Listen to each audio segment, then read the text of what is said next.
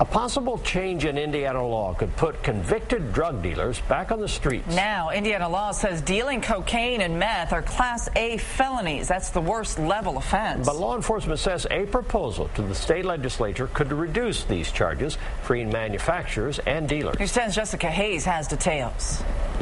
Vigo County Jail overcrowding is no surprise, but did you know the cost to house one inmate is $35,000 a year? What I'm hearing right now is we don't have the money to keep everybody in jail, so if that's the case, the legislature is going to have to decide then how they're going to minimize some of these crimes so there aren't so many people in jail. And to do that, the legislature is considering lowering the offense levels for meth and cocaine. It's a move local law enforcement says will in effect legalize drug dealing.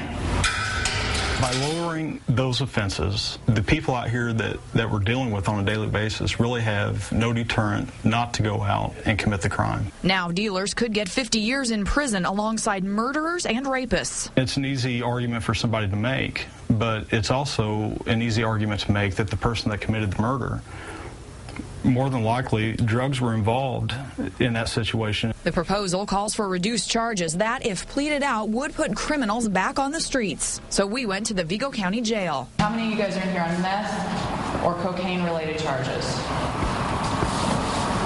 11 out of 15. How many of you are repeat offenders? And sometimes answers were unclear. Are you a repeat drug offender? No, I'm not even a drug offender. I just got a meth problem. Another fled the 28-day house after one day to get high and ended up back in jail. Do you think you should be let out?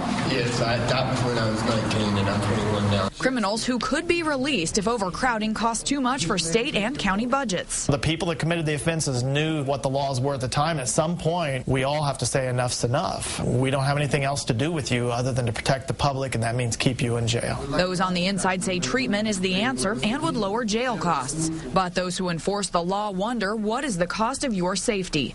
In Terre Haute with photojournalist Tony Casasilla. Jessica Hayes, News 10.